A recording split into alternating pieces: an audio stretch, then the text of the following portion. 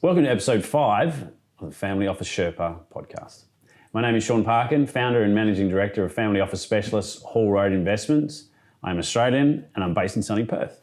Some may know me as the Family Office Sherpa. I have a newsletter of that name which I send every 2 weeks and cover all things family office investments, technology and operations. In terms of client engagements, I specialise in investment governance, which means I'm often the boring one at the first birthday party, speaking about investment policy and strategy. I've been a stockbroker, asset manager, worked on a gold mine, and even spent some time in the deserts of Mongolia trying not to freeze to death. Uniquely, I have also worked with family office investors for over 12 years. I assist with clients with assets between $200 million to $10 billion in structure and improve, start, and sometimes dissuade from starting their own private investment office. This podcast is a series of 5 and aims to be a guide for families and their advisors looking for practical and implementable insights. I am not looking to provide investment advice here, so please read the disclaimer in the show notes. So in this episode, we're going to cover engaging family members in the investment office. This is the Family Office Sherpa.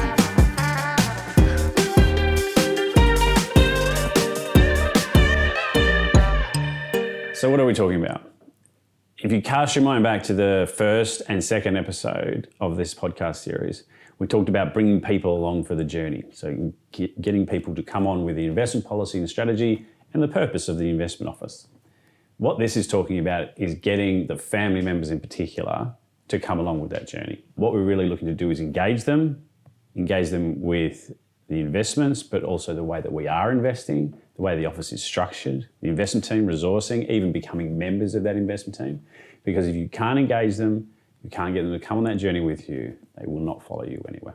So like the other episodes, we're going practicality here rather than theoretical. So really what I'm going to try and do is go through what I've seen work and what I've seen not work, basically.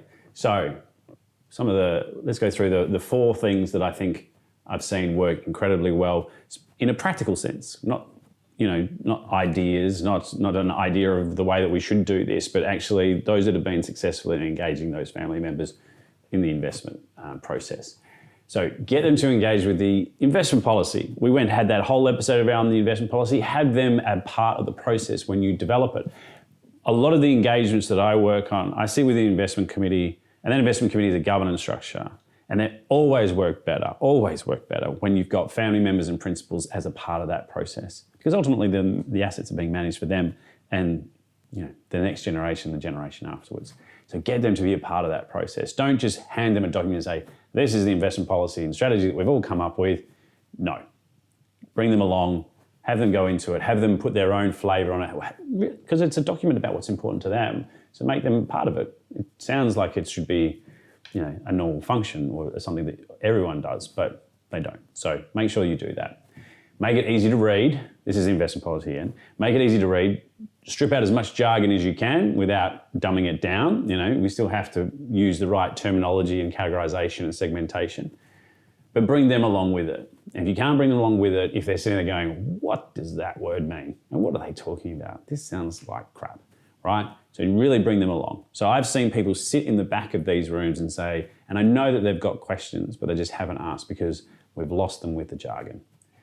Have aspects that are exactly the way that the family office the family individuals talk to you about the investments. So include that. So they recognize it. It's like looking in a mirror.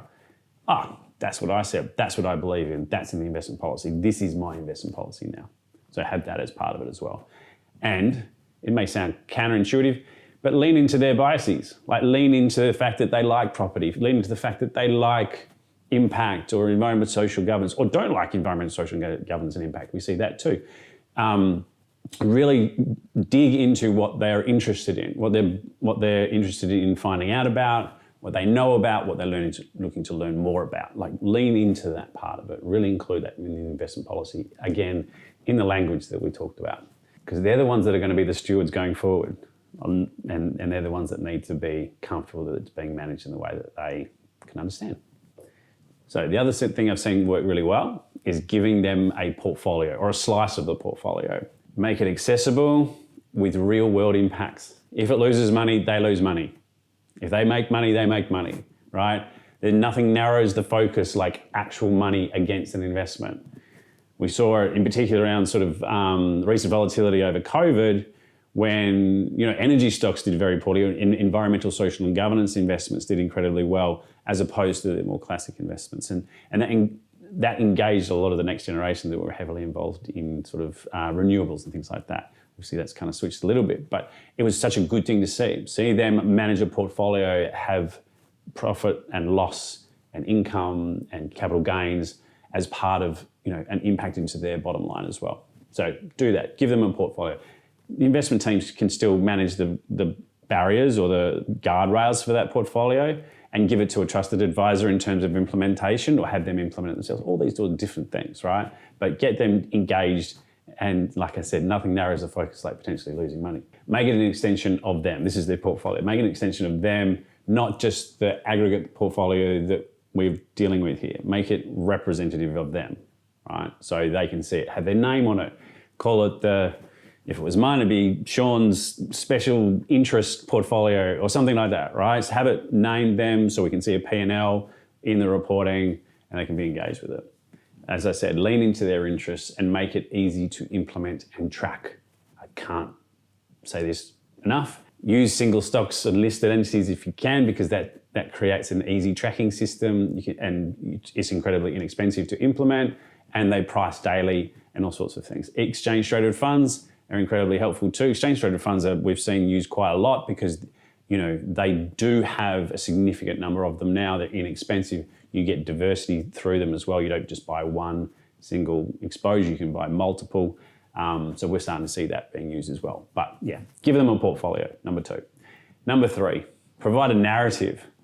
It's a little bit a sort of an iterative version of number 2, but giving them a narrative which is saying, as an example, we see a lot of people invest in venture capital or private equity or something like that. And one of the reasons is because they can invest directly into a startup or an individual or a company or something like that, because family offices are entrepreneurial by nature generally. So being able to invest directly into a company, into a person, is incredibly powerful. So give them that narrative. We are investing, or you are investing in that person, in that company. They can follow that company. They can learn about the technology. They can learn about the market, all these kinds of things. It's really, really important. And you can also see that do well or do poorly and all the things that impact that. So I think having that narrative or having that personal narrative is super important as well. And be transparent. Again, part of this narrative, but be transparent. Open it up. Show them what's underneath it, what's underneath the hood, and why we've constructed the portfolio in the way that we have. So that's number 3. Number 4, always be educating and always be learning, right? Educating is such a key factor from an investment point of view for the next generation and for family members.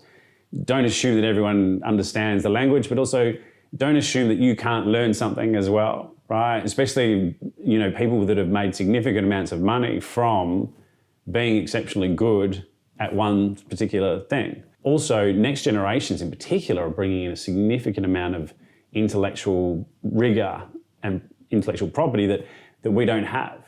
So because they're out there, they see a lot of things. So be teaching, but be learning with that same thing. It's a back and forth. It's an excellent way for the portfolio to improve in aggregate as well. And number 5, make it easy to understand where you are and where you have and where you have not invested. And how it's performed. Be really clear. This is, prioritize good reporting here, all right? Like I said in, I think, episode 3, reporting is such an important part of this. Making it off, getting it off Excel, getting it off data points and pivot tables and charts and things like that, and providing good graphics and easy to read and easy to understand is such an important thing. So that they understand where the portfolio is, understand where the portfolio has been, where we're trying to get to, all sorts of different things. So when you talk about reporting, it's a really, really good engagement tool. And use appropriate performance measures and benchmarks. But again, that goes back to that reporting thing. How well has my investment gone, but how well has my investment gone compared to something else, right? Just having that comparative analysis is super important. So the flip side to that is what not to do. And this is exactly what I've seen. So let's dig into that a little bit. So what don't you do? You don't make it complicated. You don't make it sound complicated for no reason. Like sophistication doesn't equal complicated.